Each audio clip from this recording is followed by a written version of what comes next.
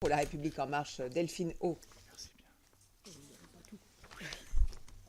Non. Ça marche. Merci Madame la Présidente, merci Monsieur le rapporteur pour ce rapport.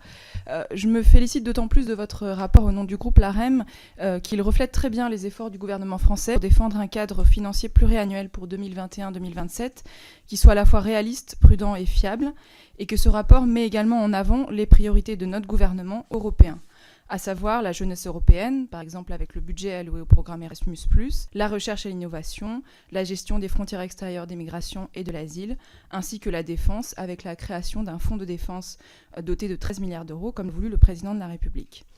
C'est pourquoi le groupe LAREM votera les crédits du prélèvement sur recettes européen. Ma question porte sur la conditionnalité du versement des fonds structurels au respect de l'état de droit. Lors de la présentation du budget européen le 2 mai dernier, Jean-Claude Juncker a proposé d'établir un lien entre l'attribution des fonds européens et le respect de l'état de droit dans les pays bénéficiaires.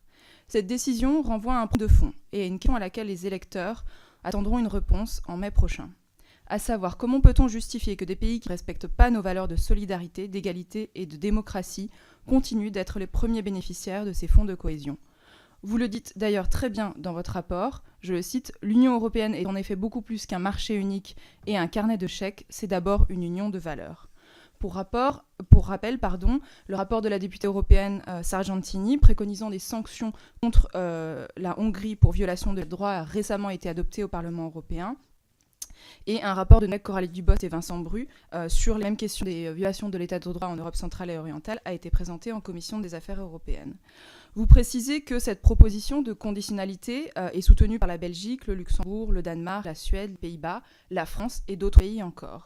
Pouvez-vous nous préciser cette mesure s'inscrire dans le cadre financier pluriannuel et comment elle s'articulerait avec les procédures sanctions de l'article 7 du traité de l'Union européenne en cours contre la Pologne et la Hongrie ? Je vous remercie.